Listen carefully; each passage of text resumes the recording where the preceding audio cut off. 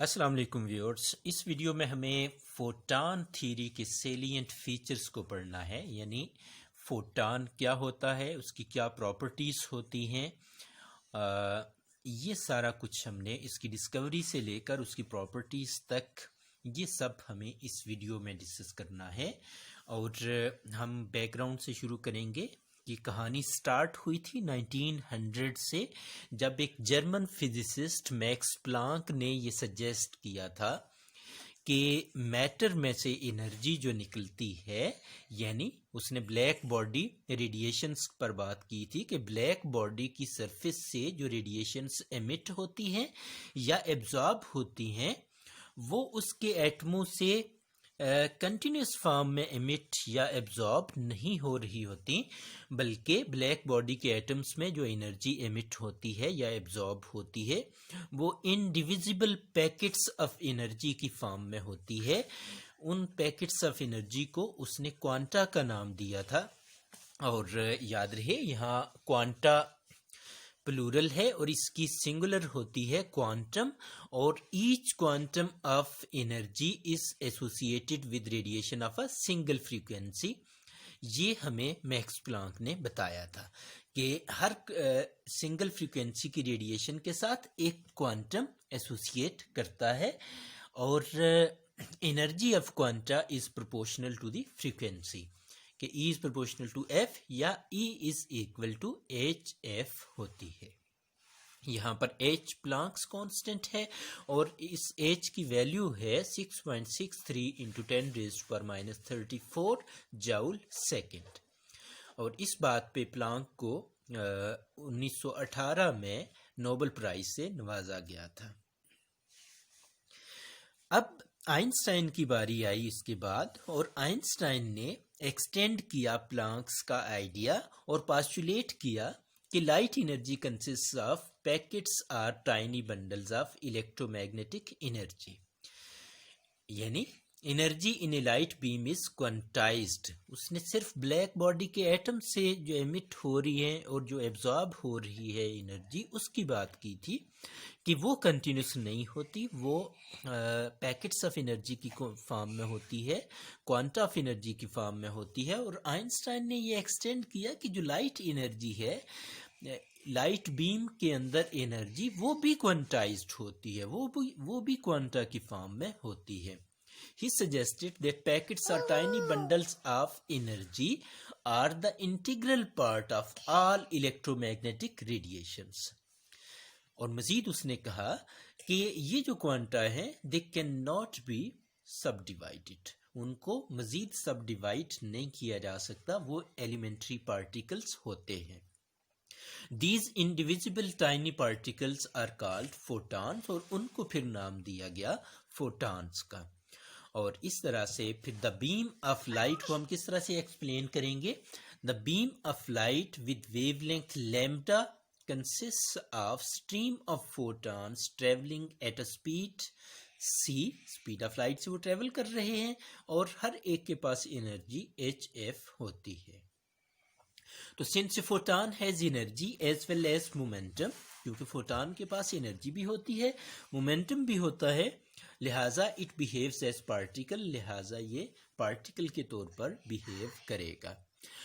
The particle like behaviour of light was confirmed by the experiments of Arthur Holly Compton on scattering of X rays from electrons. ये जो article हमें पढ़ना है Compton scattering का, Compton effect का, तो Compton effect से first time ये कंफर्म हुआ कि वाकया ही लाइट की पार्टिकल नेचर होती है। अब हम देखते हैं, अब हम सेलिएंट फीचर्स को डिस्कस करेंगे कि फोटॉन थ्योरी के सेलिएंट फीचर्स क्या क्या हैं। तो सबसे पहला पॉइंट हम ये लेंगे कि during interaction of radiation with matter, radiation behaves as matter as if it is made up of particles called photons. यानी ये जो पार्टिकल नेचर ऑफ लाइट है, ये सबसे ज़्यादा कहाँ इजहार होता है इसका? ये होता है जब इंटरेक्ट करती हैं रेडिएशंस मैटर के साथ, तो ये जो रेडिएशन है ये पार्टिकल की फॉर्म में, फोटॉन्स की फॉर्म में इंटरेक्ट करती है। इसी तरह से all photons travel through free space with speed of light, यानी फोटॉन्स के पार्टिकल्स हैं तो ये फोटॉन्स का ही स्पीड के साथ, लाइट की स्पीड के साथ ट्रेवल करेंगे। और इसी तरह से फोटॉन्स इलेक्ट्रिकली न्यूट्रल होते हैं और न्यूट्रल होने की वजह से they can not be deflected from by electric and magnetic fields. फिर frequency of a photon remains the same in different media. Photon जब एक मीडियम से दूसरे मीडियम में पास करेगा तो उसकी फ्रीक्वेंसी पर कोई फर्क नहीं पड़ेगा। हाँ, एनर्जी पर फर्क पड़ेगा, वेवलेंथ पर फर्क पड़ेगा, लेकिन फ्रीक्वेंसी पर कोई फर्क नहीं पड़ेगा। The velocity of photon is different in different media due to the change in its wavelength. यानी मुख्तलिफ मीडिया में से जब फोटॉन्स पास करते हैं, आम लाइट के बारे में भी हमारी यही ऑब्जर्वेशन है कि वो मुख्तलिफ मीडियम में से जब पास करती है तो depending on density of medium उसकी स्पीड पर फ़र्क पड़ता है और बेसिकली यहाँ पे उसका वेवलेंथ चेंज हो रहा होता है। अब हम देखते हैं कि क्या फोटॉन्स का रेस्ट मास होता है।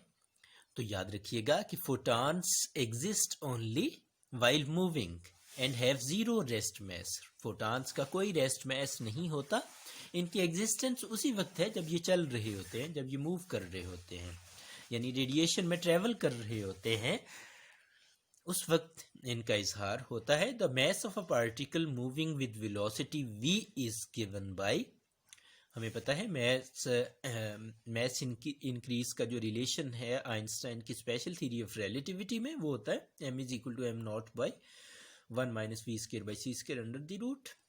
यहाँ पर m not rest mass of particle होता है और v यहाँ पे स्पीड ऑफ द पार्टिकल होती है। और इस केस में जब फोटॉन की बात करेंगे तो ये v c के बराबर होगी। तो यहाँ इस इक्वेशन में जब क्रॉस मल्टीप्लाई कर लें, ये चीज़ इस साइड पे जाके m के साथ मल्टीप्लाई हो जाएगी और m नॉट राइट साइड पे अकेला रह जाएगा कि यहाँ अकेला रह गया और बाद में हमने साइडिंग चेंज कर ली, इसको लेफ्ट साइड पे कर लिया। m not is equal to m into this factor. यहाँ v की जगह c पुट करें तो c square by C square हो जाएगा और c square by C square 1 देगा तो 1 माइनस 1 होगा यहाँ पे। तो 1 माइनस 1 चूँकि ज़ीरो हो जाएगा, लिहाजा उसका रूट लेंगे वो भी ज़ीरो, उसको m से मल्टीप्लाई करेंगे तो ये ज़ीरो हो जाएगा। तो यहाँ से साबित हुआ कि फोटॉन का रेस्ट मास ज़ीरो होता है, फोटॉन का रेस्ट मास नहीं होता। लेकिन यहाँ दूसरी बात भी हमें जहन में रखना है कि photon is never at rest. Photon कभी भी रेस्ट में नहीं होता, फोटॉन्स हमेशा मूविंग होता है, रेडिएशन के अंदर इसका इजहार होता है, मूविंग पार्टिकल है, रेस्ट में नहीं होता। इसी तरह से energy of photon depends on frequency of radiation only, कि फोटॉन की एनर्जी उसकी फ्रीक्वेंसी पर डिपेंड कर रही है, फ्रीक्वेंसी ऑफ रेडिएशन पर डिपेंड कर रही है। और इसका फार्मूला होता है E is equal to H F, और F की जगह अगर इस बेसिक रिलेशन से V is equal to F lambda वाले रिलेशन से F को सेपरेट करें तो V बाई लैम्डा होगा, V की जगह C लिख लें तो C बाई लैम्डा हो जाएगा, लिहाजा F की जगह लिखा जा सकता है C बाई लैम्डा। तो ये एनर्जी ऑफ फोटॉन का एनदर रिलेशन हो जाएगा, एनदर फॉर्म हो जाएगी उसकी एच सी बाई लैम्डा। तो यहाँ से हमें ये पता चला कि फोटॉन की एनर्जी ज़्यादा होगी अगर फ्रीक्वेंसी ज़्यादा होगी, लेकिन एनर्जी का ताल्लुक जो वेवलेंथ के साथ है ये इन्वर्स है। वेवलेंथ कम होगा तो रेडिएशन की एनर्जी ऑफ फोटॉन ज़्यादा होगी, वेवलेंथ ज़्यादा होगी तो एनर्जी ऑफ फोटॉन कम होगी। नेक्स्ट फीचर है कि energy and momentum of a photon does not depend on intensity of radiation. तो इंटेंसिटी का मतलब हम जान चुके हैं कि इंटेंसिटी का मतलब होता है number of photons in a beam. तो इंटेंसिटी के बढ़ने का मतलब हुआ कि number of photons in a beam increases, और अगर नंबर ऑफ फोटॉन्स किसी बीम में डिक्रीज कर जाएं तो इसका मतलब होगा कि इंटेंसिटी कम हो गई है। यानी इंटेंसिटी कम होना, नंबर ऑफ फोटॉन्स का कम होना, इंटेंसिटी ज़्यादा होना, नंबर ऑफ फोटॉन्स का बढ़ जाना। तो लेकिन उस ग्रुप में मौजूद, बीम में मौजूद जो एक फोटॉन है उसकी एनर्जी पर कोई फ़र्क नहीं पड़ता अगर उसकी फ्रीक्वेंसी चेंज ना हो तो। ठीक है, तो इस तरह से एनर्जी और मोमेंटम इंटेंसिटी पर डिपेंड नहीं करती। The only mass that a photon has is due to its kinetic energy। हमने एक दो पॉइंट पीछे हमने ये देखा कि रेस्ट मैस फोटॉन का नहीं होता, ज़ीरो होता है। तो जो ओनली मैस उसका होगा वो ड्यू टू काइनेटिक एनर्जी होगा, और उसको अगर हम फाइंड करना चाहें तो हम इस तरह से करेंगे कि energy of photon according to Einstein's mass energy relation mc² होगी, और ये जो एनर्जी है अकॉर्डिंग टू प्लांक्स थ्योरी ये hf के बराबर होगी। तो mc² will be equal to hf, और m को साइड पर करें, c² दूसरी साइड पर ले जाएं तो hf/c² मैस ऑफ फोटॉन आ जाएगा। तो इस तरह से हमने देखा, यहाँ देखा हमने कि फोटॉन का एनर्जी एंड मोमेंटम इंटेंसिटी पर डिपेंड नहीं करते, और यहाँ हमने उसका मैस देखा कि मैस इस तरह से इस इक्वेशन के इक्वल आएगा। तो अब हम आते हैं लीनियर मोमेंटम ऑफ फोटॉन का रिलेशन। हल्की सी बात हमने ऊपर की, लेकिन अब हम मोमेंटम का रिलेशन देख लेते हैं कि मोमेंटम का बेसिक रिलेशन हम वाकिफ़ हैं कि P is equal to mv होता है। यहाँ चूँकि फोटॉन की बात हो रही है तो इस तरह से यहाँ v की जगह c आ जाएगा, और m की जगह ये ऊपर से फार्मूला लिख लें hf/c²।